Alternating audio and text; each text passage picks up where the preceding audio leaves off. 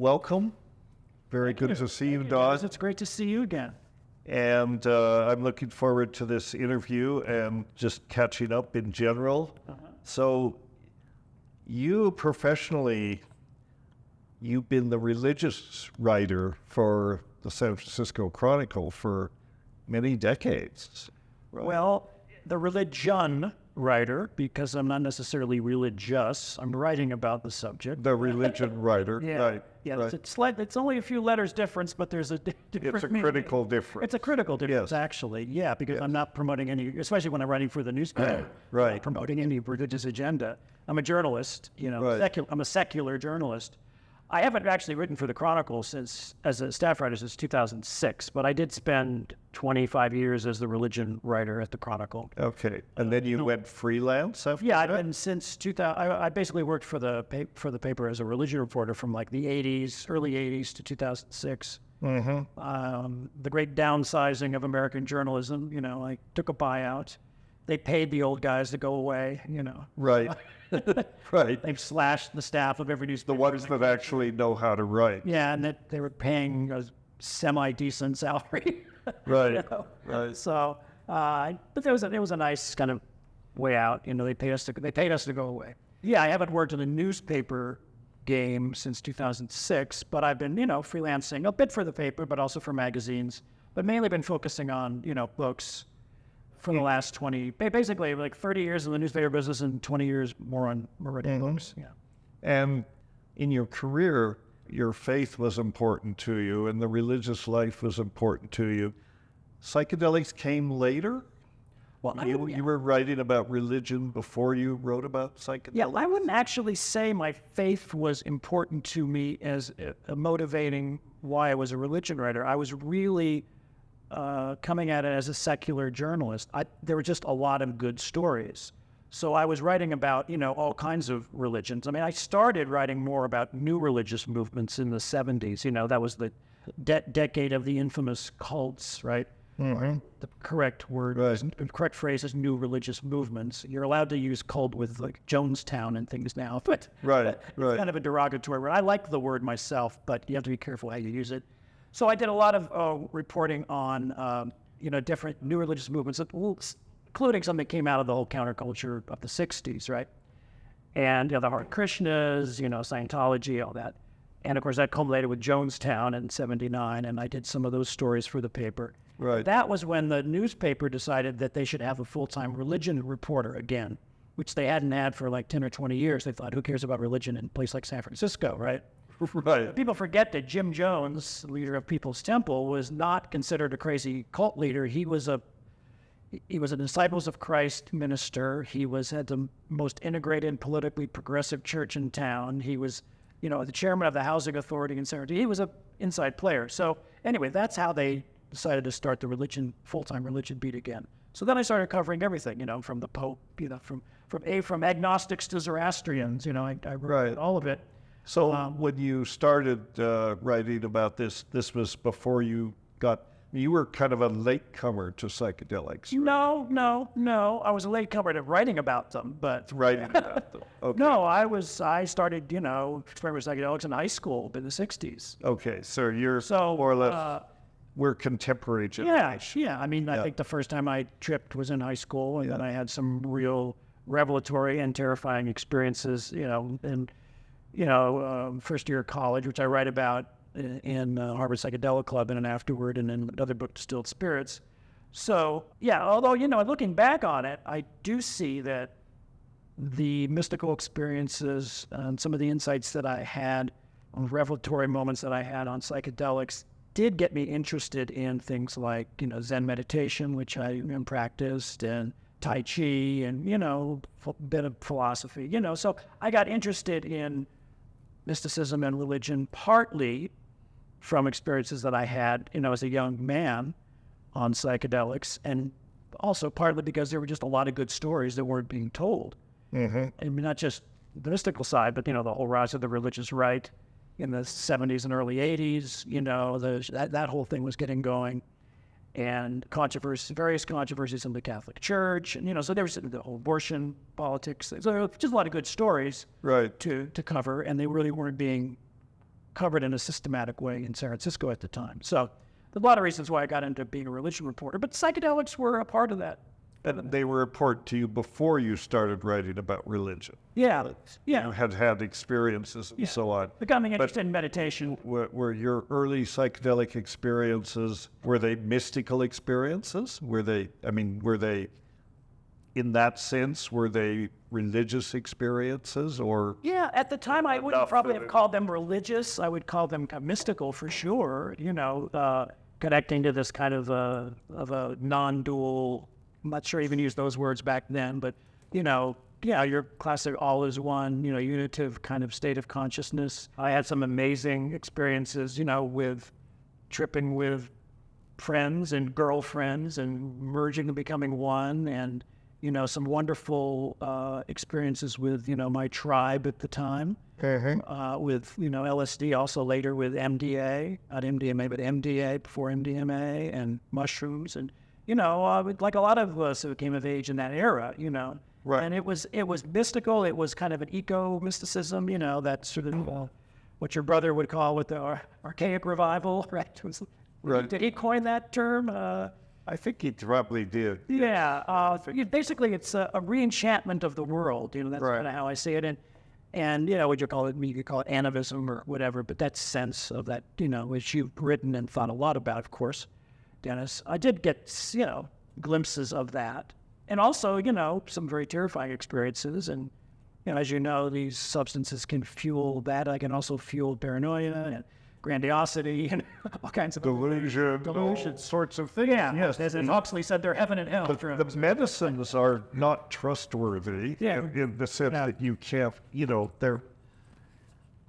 they will tell you a lot of things, but you need to look at it from the cold light of reality, sober reality. Exactly. A couple days after the experience. And does this hold up? Is this, delusion? Right. And also having what's different now with the psychedelic scene is now people are, being more skillful and intentional about having a guide or a friend or a therapist who they can, discuss these experiences with, including the challenging ones, or having a community like a psychedelic church or a 12-step fellowship that's open to psychedelics, or a men's group or a women's group, or what some people are start calling communities of discernment, where people can discuss these experiences together, maybe trip together, or maybe just talk about it together. Right.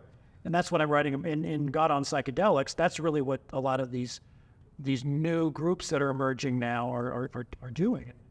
People are having their own experiences, but they're gathering together to share them and process them. Yeah, or sometimes they're having the experiences together. Yeah. Like the one of the churches that I profile in the book is called Sacred Garden Church in Oakland, and they're there's a lot of psychedelic churches popping up. Some are more, in my opinion, legitimate or sincere than others. Right. That particular one, I think they have really good intentions, and they're very careful and cautious, and you spend people won't just show up and trip. I mean, they get to know you, you get to know them.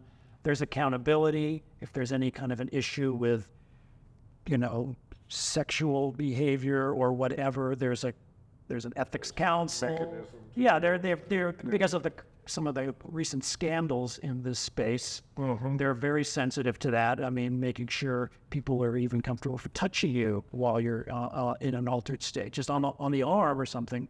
Because there've been a lot of, there's been a lot of abuse of that, of course. So there are all kinds of different communities rising up, in the psychedelic space. Well, it seems like in some ways you've dipped into some of these. You've been a bit of a dilettante. I mean, you've tried these different. Yeah.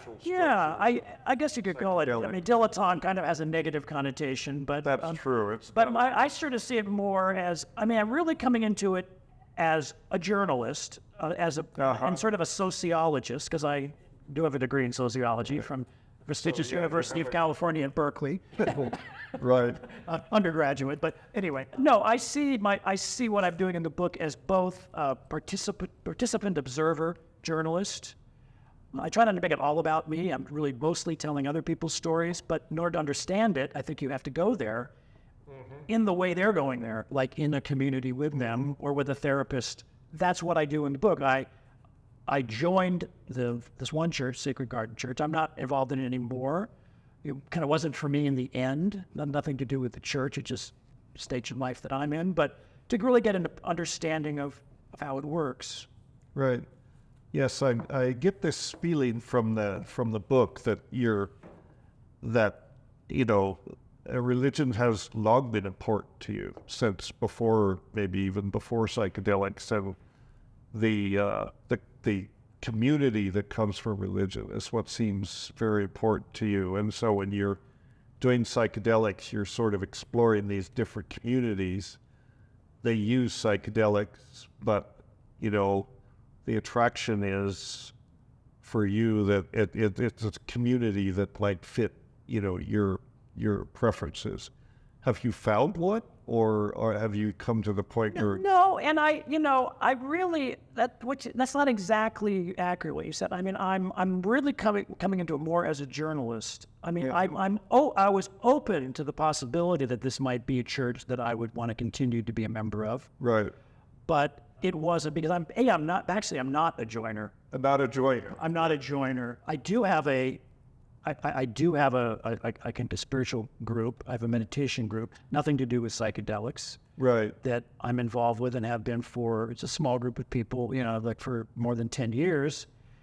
So I have that, but that's really nothing to do with this. It's sort of a mix of Zen Buddhism and Christian mysticism, the way we structure it, but it's, I'm probably the only one who'll even talk about a psychedelic experience in that group. So that's really, if in terms of my spiritual practice I have, or a community, and I write about that in the end of the book, even though it's nothing to do with psychedelics. I was sincerely open to it, and I kind of, a lot of the psychedelic exploration I've done on my own. The other has been on my own. Mm-hmm. And so I was open to trying it in more of a group context, in a decidedly religious or kind of churchy way, just to see how that would feel. Right. And to describe it in the book. Do you feel that a psychedelic experience is validated by being a mystical experience? You can have psychedelics that are experiences that are not mystical experiences. Sure you can. You can have psychotic experiences, you can have paranoid experiences, you can have grandiosity, you can have all kinds of experiences. But you can have other positive. Boring. It can even be boring. Even boring. But that might be a sign that you've done it enough when it starts getting boring. But right. What do you think? Well, I don't. If it's boring, you should probably increase the dose. That takes care of that. I guarantee you, it won't be boring. Double the dose, and you'll have lots to pay attention to. Easy for me to say, to hand out. I'm not a reckless user. Yeah, I'm not either. I'm actually pretty cautious. But partly because I have a background, as I read about in the book and other books, of being in recovery and having, a history of being a alcoholic and cocaine addict. And I love to get high, Dennis. I mean, I'm not going to deny it. I love it too much. That becomes pretty clear here. Yeah, you enjoy your altered state. I do. That's okay. It's not for me. It's actually not okay. But I'm not judging other people. But if you have if you have an addictive personality, or you've gotten in trouble before, I think you have to be, even with psychedelics, you have to be careful. You have to be cautious. I'll speak for myself. I have to be careful and cautious. It's hard to imagine getting addicted to a psychedelic. They do say, I guess, that ketamine can be kind of reinforcing. I think ketamine has probably the highest abuse potential. Yeah. But typical mushroom or some people get into doing MDMA a little too much, I think. Possibly that. Yeah.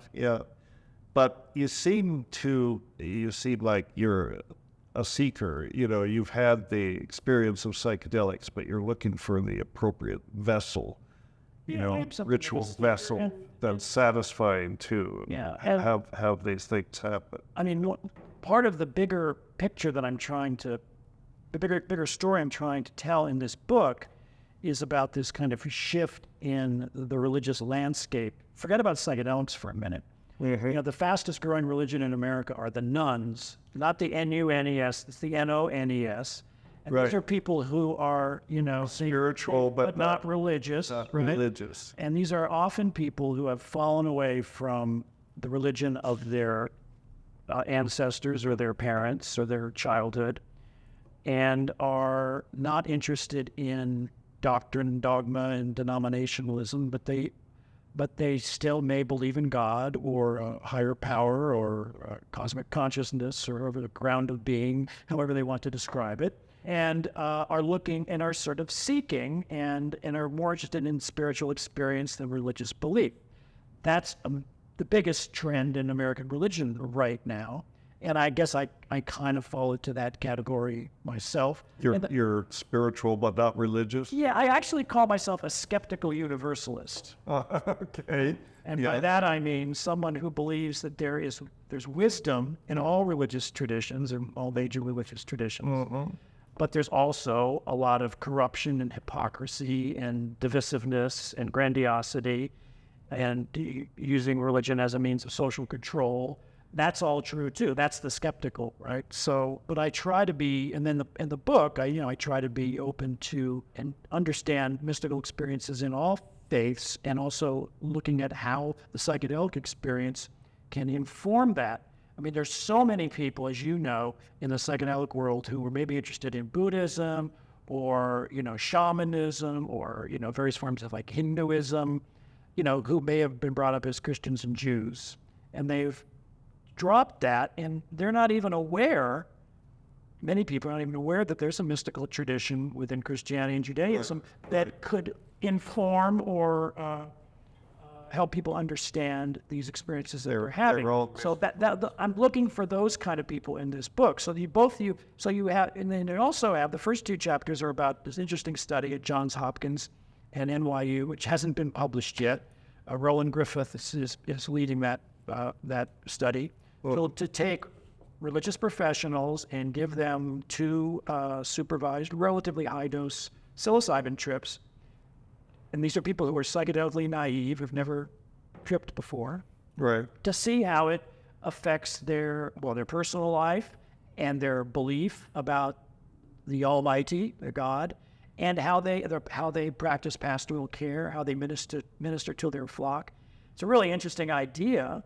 And while it's not been published yet, and it's been taking a long time, I did go out and interview 3 or 4 of the participants who were willing to talk about it, and I profiled them in the book. 2 of them have started organizations to promote psychedelic experimentation within Christianity and Judaism, 2 different organizations. It's interesting that many of the people in this book, the book that you talk about, are, they're religious professionals, but they've reached a point in their career where it's not satisfying in some ways, and then they have their psychedelic experience, and then they seek, they go to another phase where they try to, merge the two. They try to develop some, variation on their practice that includes psychedelics, and to enrich it.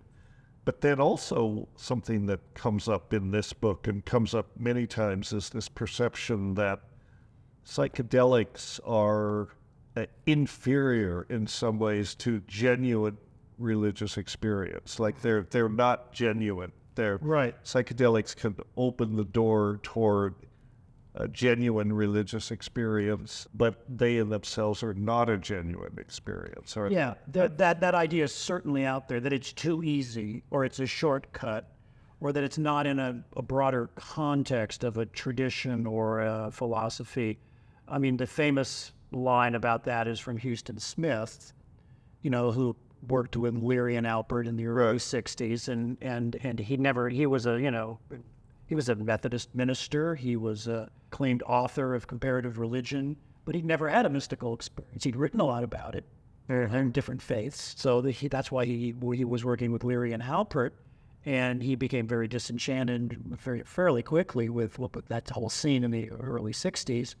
But his conclusion was that, yes, these experiences are authentic. The actual experience of the mystical experiences are authentic. But the question is kind of, what do you do with it? I mean, the difference between altered states and altered traits. Right. Altered states of consciousness versus altered traits of human behavior. Are these experiences making you a more compassionate, aware, loving person? You can do all that outside the context of a religious community. I mean, you can take what you learn Sure. in psychedelics and change your traits, change your behavior, and it can be like almost a secular thing. It does not have to be a religion. That's true, of course. But he was, one of the things he was looking at, and I'm kind of asking that same question here, is more like in a community setting, like, is this a real, authentic, quote, church? I think this notion, the perception that somehow psychedelics are a shortcut, that it's the easy path to enlightenment. I really think that it may be, but I think in some cases that's a misunderstanding. I mean, if you look at ayahuasca shamanism, if you look at what it takes to become a curandero, that's not an easy path. No, not in that context. No. I mean, the experience of ayahuasca is central to it, but it sure is not an easy shortcut. It requires a lot of discipline. So I think that religious people, not necessarily you, but religious people are quick to devalue the psychedelic experience and point out, well, this happened, but it wasn't in the context of a faith or a religious practice, although many people have psychedelic experiences and they take up Buddhism or meditation or other practices. It leads them to it, and maybe that arises from this intuition that maybe there does need to be something more. There has to be a structure or a vessel. And I think, to continue the practice, and then you see these churches or these religious type structures growing up around. Psychedelic experience, as Leary and Alpert told us early on, it's all about set and setting, and that's part of the ritual vessel that you create for these experiences. I mean, there's obviously a lot of suspicion and distrust of psychedelic experience or drug experiences among, organized religion, Christianity. I mean, going, of course, the cross and the sword and the colonization and the repression of that's obviously there. But it's not just about psychedelics or sacred plant medicines. I mean, organized religion is afraid of mysticism, no matter how it's generated, because people get their own ideas of the divine and, or prophecy, and they go off and I mean, that's how religions evolve. I mean, that's what Jesus was doing, right? I mean, there's a life cycle of religions, and like there's an expression that mysticism, that the critique from the organized religious standpoint is it begins in the mist. It has I in the center, meaning it's selfish, it's self-centered, and it results in a schism, mysticism, which is true. I mean, the whole history of religion are prophets rising up, challenging the authorities and starting their own. Genuine encounters with the mysterium tremendum is almost, by definition, that's going to be disruptive, Exactly. And it does seem that many of these established religions, the last thing they want you to do is have a genuine mystical experience. This is not encouraged. Right. That's up to the priests. Right. And they don't have them either, but they can believe that they do. But they don't want people to have these genuine encounters with the other. Yeah. They want it to be an encounter with something that's, sort of codified and but that's changing, Dennis. The reason it's changing is the churches are in free fall. The attendance and affiliation is in free fall.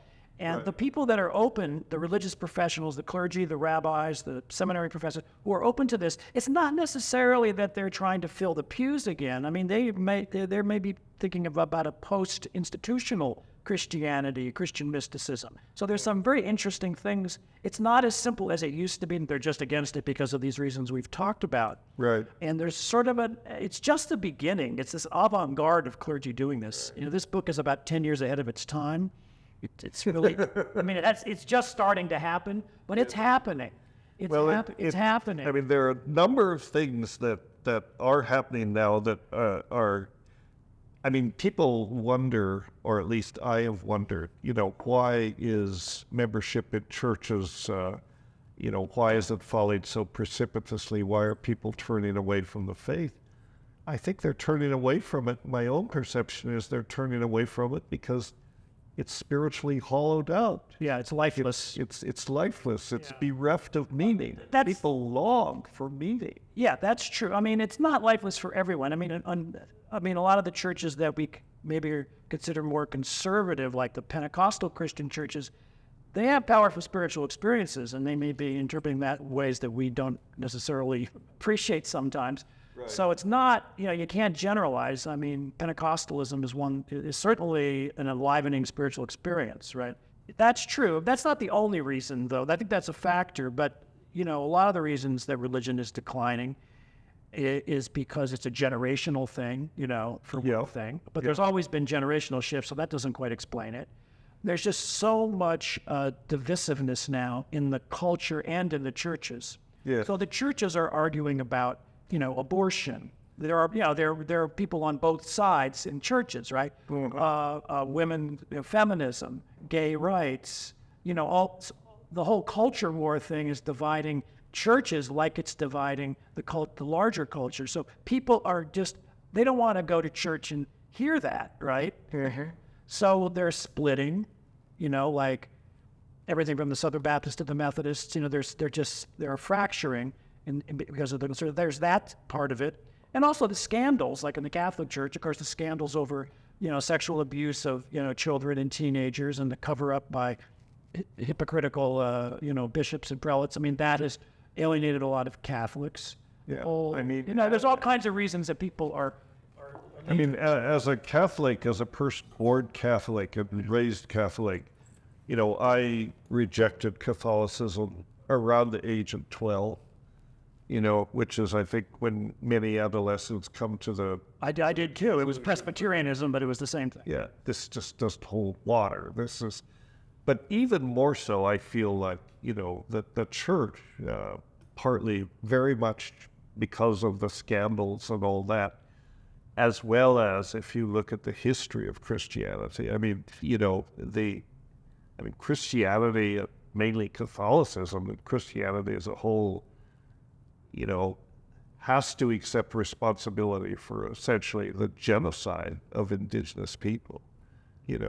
Somewhere between 100 million and 800 million people died because of the doctrines of the Catholic Church. And when I sort of, appreciated that, I felt this institution doesn't have any moral authority at all. Why should they be telling me what's good or bad? These people are evil. But I think you have to differentiate between there's the church, right? And then basically the church becomes part of the power structure, right? Right. The Roman Empire, right? Adopting Christianity. So I think maybe you would have a different view of that if you went back and looked at what Jesus was actually saying, or you looked at some of the Gospels of, like the Gospel of Thomas, which is a very mystical expression of which part of right, of course, because we were talking about before, it challenged back then, and it was the first century, challenged the powers that be. But those teachings are still there and are available to people that want to re-examine it. So maybe part of it is, do you throw out the baby with the bathwater? I think it was really empire you're talking about with the genocide. Yeah, the church was certainly part of that. The cross and the sword were together, but it was really more the empire that and the corruption of the message of religion. Right, it was a corruption, but as a result, I think religion has lost much of its attraction for people because it's a widely mistrusted institution now. Sure. And it's lost much of its moral authority. Another issue I've had with religion, in my own process of kind of rejecting it. I mean, there's always been this dynamic oppositional relationship between faith and science, between faith and knowledge. Religion insists that you must have faith. To my mind, as a person, we incline towards science. Faith is like, okay, faith is you're being asked to believe something without any evidence, basically. You're not supposed to question it. And yet the scientific stance is question everything. I mean, you construct theories, you construct hypotheses, you don't believe them. They don't become articles of faith. But don't do your people best to demolish. Don't people do the same thing when they go down to South America and they have an ayahuasca trip, and then they just latch on to all those ideas? Absolutely, And they it's the do. same Absolutely. thing, I mean, it's And this is a mistake. This is one of the problem with the globalization of the ayahuasca. We're not indigenous people, and however much attracting the beliefs there are around ayahuasca, the ritual and so on, I'm not a Peruvian.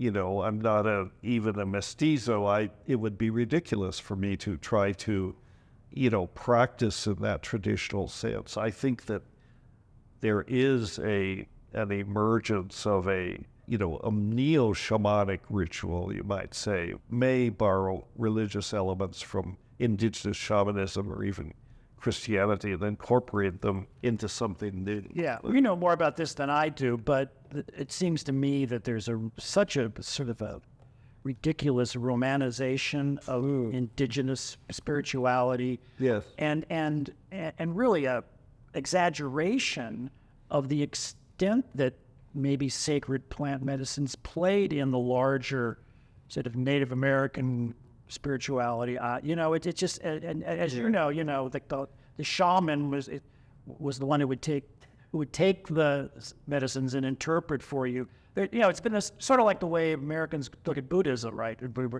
A serious meditation practice. We're in Asia, the laity aren't meditating. So there's this appeal of the exotic. And there's, and I think there's as much blind faith in that as there is in Christianity. Right. I agree. I agree. But I think, the beautiful thing about psychedelics is, among many beautiful things, but the thing is it doesn't demand belief. It blows away belief. It blows away belief. Yeah. What it demands is courage. Yeah. You have to have the courage to trust yourself and the medicine and the circumstances enough to take that leap, to smoke the pipe or drink the brew or whatever, and then surrender to it. Yeah. And let it happen after you've taken every step you can. For sure. That actually reminds me of one of the stories in God on Psychedelics. Is one of the research subjects at Johns Hopkins, a Lutheran pastor in suburbs of Omaha, one of the most conservative areas in the country, right? Right. Evangelical Lutheran Church in America. He took this psilocybin, and he says, and in my interview with him in the book, that it blew away his belief in some ways, right? He experienced such a larger vision of the divine. It didn't fit into this little box, this little small box that he'd made. And then he had what he called a crisis of faith after the study. How could he go back and just do the same old thing, preaching the doctrine of the Lutheran Church every Sunday? Right. And it was something that he really struggled with, but he actually turned it around, I thought, in a kind of a beautiful way. He said now he feels, and he didn't actually tell his congregation about this. He didn't preach about it. He kept it private. Right. Mm-hmm. But in his own mind, this was happening, right? Mm-hmm. He said he felt more like a chaplain. Because a chaplain is someone who administers to people of all faiths or no faith. Right. So he felt more like a chaplain, that he was more interested in hearing what his congregation thought about the divine than telling them this is what God teaches. Mm-hmm. It made him more open-minded, which I thought was a beautiful story. And he stayed in the church. He's working in the church. He's not become a psychedelic evangelist by any means. Most people in his congregation, even though he's named in the book, don't even know he did this, right? Mm-hmm. So that, to me, that was really interesting. And that, if there's a way that psychedelics can be a source of revival or renewal in the church, that's, I think, a good example of it. Yeah, and this may point the correct way to integrate psychedelics into these Christian-oriented religious practices, or even Muslim or Judaism. That this chaplaincy idea is interesting because it doesn't have to be even denominational. Right. By definition, it's not. Yeah. It's not denominational. So you can minister, like you say, to people of all faiths or no faith. You meet people where they're coming from. You can use your psychedelic insights to, genuinely help them, but help and maybe assist them through psychedelics to gain insights, even though they may not think of themselves as religious. Right, because chaplains are helping people in the midst of the real traumas of life. I mean, death, hospice work, people getting divorced, or in the emergency room at the hospital or whatever it is, Yeah. So this may be the model for the modern day post-psychedelic shaman priest, is some kind of a chaplaincy-like role. Yeah, I mean, it's sort of like I say, a lot of the mainstream clergy who are interested in this, they're sort of looking at a post-institutional church in some way, And that's already happening. That's kind of an oxymoron. Can you have a church with? Well, no, it's not. It's happening. I mean, the whole the small group movement. Yeah. Which includes like house churches, small groups of people. It also includes like men's groups, women's groups, Bible study groups, 12-step fellowships, and yes, psychedelic churches. Right. But are these churches? Well, they are fellowships of. Yeah, it depends how you define church, but yeah, they are. What I said was called communities of discernment.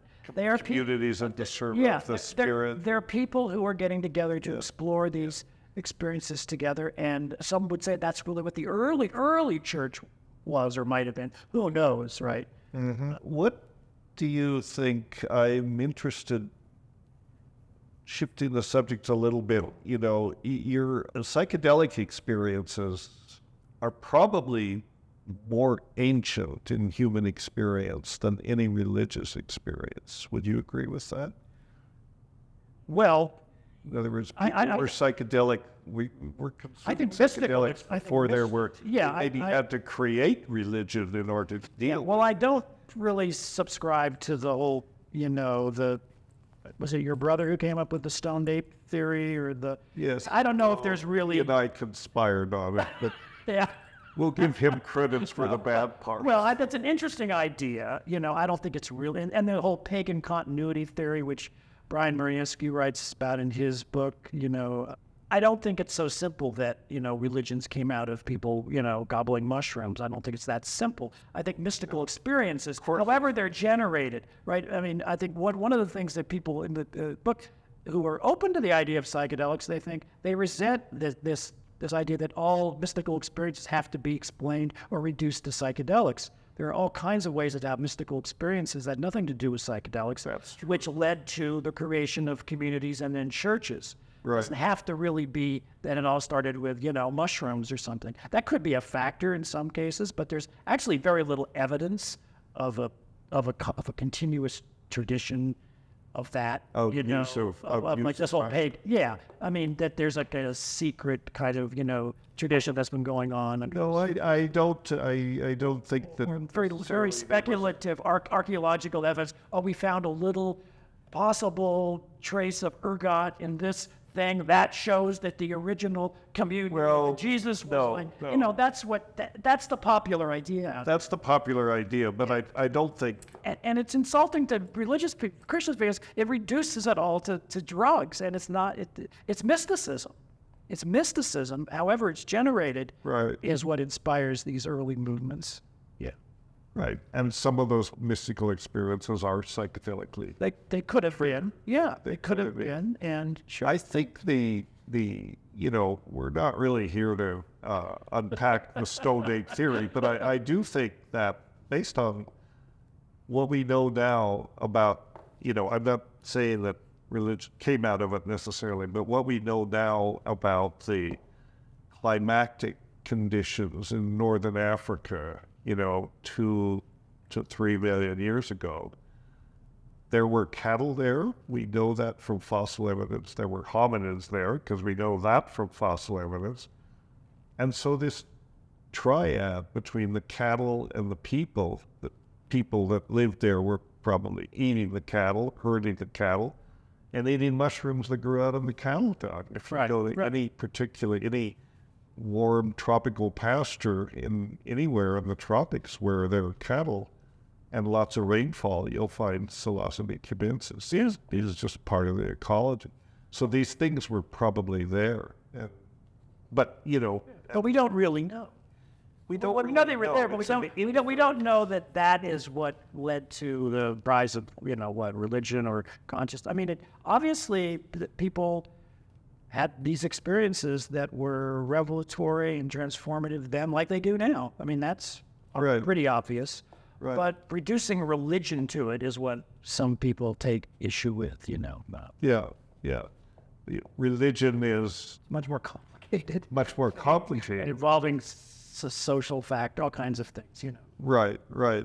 But psychedelic sacraments can be at the center of religious practices, or you have to build them around. Yeah, and that's what's so interesting, and what I write about in the book is that people are starting to do that and find new ways of doing that, both within the mainstream churches and these new churches that are like the Sacred Garden Church in Oakland, which is kind of rising up. They call it the Church of No Dogma. You can believe whatever you want in this church, basically. You just have to be open to the possibility that psychedelics can open you up to divine presence, however you want to define it. There's that. There's the mainstream clergy that are open into, can psychedelics be a source of renewal in the churches and the synagogues, and if so, how? And then, of course, you've got, a lot about this, the syncretic movements like, Santa Daime and UDV, which are their own kettle of fish, right? Right. And they're coming up here and they're changing. So there's all kind of, that's what I try to do in the book, look at, sort of just surveying this vast, kind of a rising of some kind of a new spirituality, new communities around this. Right. How do you think what do you see this going in, say, 50 years? What's the landscape going to look like? I have no idea. I really don't know. Okay. I mean, and I could pretend to know, but I don't. Fair enough. What would you like? I'm not a prophet. What would you like to see? How would you like to see this evolve? Well, I think people are going to keep having religion in whatever form will continue to be important to people. Yeah. Psychedelics will be important to people. Yeah. They may be separate. It's not so much what I'd like to see, but I think what is happening is this arising of new forms of community, and you can call it worship, you can call it exploration, that are open to the use of psychedelics. And something will emerge out of this collapse. I mean, there could be another religious revival, and we could be back up to this levels of church affiliation attendance that we had 50 years ago. That could happen too. That's probably most likely thing to happen. If you look at the history of Christianity, the ebbs and flows, people forget that the 1950s were an unusually religious decade, right? And unusually. Yeah. That's not like religion was climbing and then in the 50s and then the 60s and it all collapsed. It's been, up and down, up and down. In a cycle. Yeah, and then that'll probably continue, and how psychedelics are going to get thrown into that mix, who knows? But now that we have the clinical trials and the opening to using these therapeutically, and even more so, the decriminalization campaigns, so it's a really interesting time. There's a lot more opportunity to do this exploration in places like where we are right now, Colorado, or Oregon, or all these cities around the country that have decriminalized sacred plant medicines. I mean, it's a really interesting time to see what's going around. It is opening up on the local level. That's where the change is going to take place. Yeah. So, I agree. I mean, I would like to see more of that kind of thing. I think the decriminalization movement has their problematic aspects to it. Sure.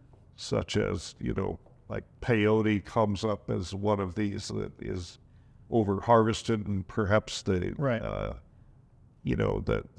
decriminalized people should step away from that. It's just, okay. There's a real split in the movement over that. Yeah, there's a split over that. But I think that decriminalization creates the opportunity for a lot of these, quasi-ceremonial, shamanic wellness, whatever they're into, centers operating under the radar, because they're illegal. If those could come out into the open, and decriminalization will make that possible, they could come out into the open.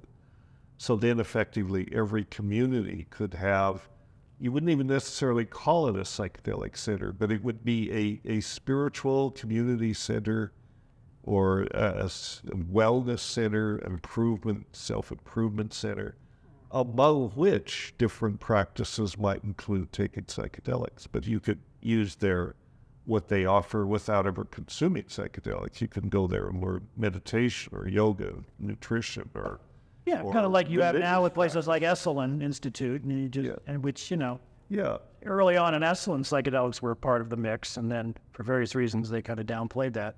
Yeah, they're opening at least to talking about it. But that's the model, I mean, that's what Rick Doblin is talking about with MAPS, or retreat centers, over centers. It's already happening. It's somewhere, it's here. I would like to see these things sprout up, in North America, so people don't have to go to South America. Well, it's happening in Oregon. It's happening in Colorado and California. There's a bill that's already passed the state Senate. Of course, it did last year too. But if they can get through the Assembly, and it's happening. California could be next. Yeah. And then it's sort of like what happened, of course, with marijuana. State by state. Right. So ultimately, you see this as a healthy thing. It certainly seems healthier than the authoritarian. Oh, yeah, I do. I mean, there's the shadow side. There's the corruption. There's the money. There's the sexual manipulation. There's the power trips. It happens in all religions, including psychedelic religions. Yeah, it's but yeah, not just psychedelic religions. It's not about psychedelics. It's about human nature. Exactly. Although when people are taking some of these drugs, they are more vulnerable. Suggestibility, manipulation is in some ways easier. Sure. And we're already seeing some of that. Yes. And that's why it's good for it to come above ground, because when it's underground, as we've seen in some of the scandals involving some of the underground therapy training folks, right? Right. When it's above ground, there could be some kind of accountability. That's one of the things that I think the psychedelic movement can learn from mainline churches, is that they do have more accountability. There's some oversight. Of course, they have their scandals too. No, they have their scandals too, but of course.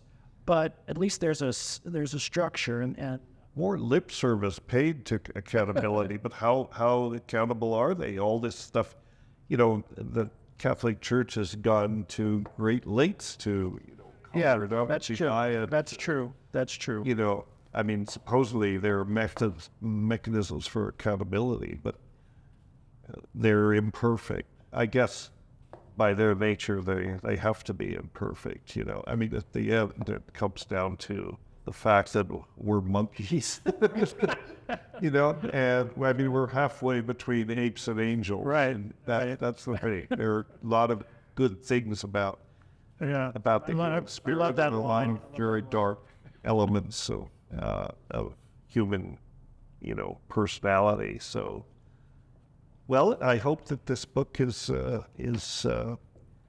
well received. Well, thank you. It's a small publisher, but we're trying to get the word out. God on Psychedelics, Tripping Across the Rubble of Old-Time Religion, from Apocryphal Press, available where fine books are sold. Yes, and we'll put it up as a podcast, and maybe that'll get you 10 or 12 additional sales, I'll give you your 10%, Dennis. Sure, thanks a lot. That and $4 will give me a good latte most places, right? So, yeah. So it was great talking to you. Yeah, very good talking to you too. I wish you all success with this. Likewise, with your new academy and your podcast, and I love the title, Brain Forest. You like that? I love it. Yeah. I can't claim it, and that came up with that. Okay. Yeah. Very, very good. You can't claim it, but you can ride it. Yeah, for sure. Well, I hope we hope the podcast will be successful. Yeah. We're just rolling it out, but this will come out very soon. Yeah. So there's just so. Is there anything that we didn't? No, I think we covered. I think we covered it. Yeah. Okay. Very good. Great. Thank you. Thank you.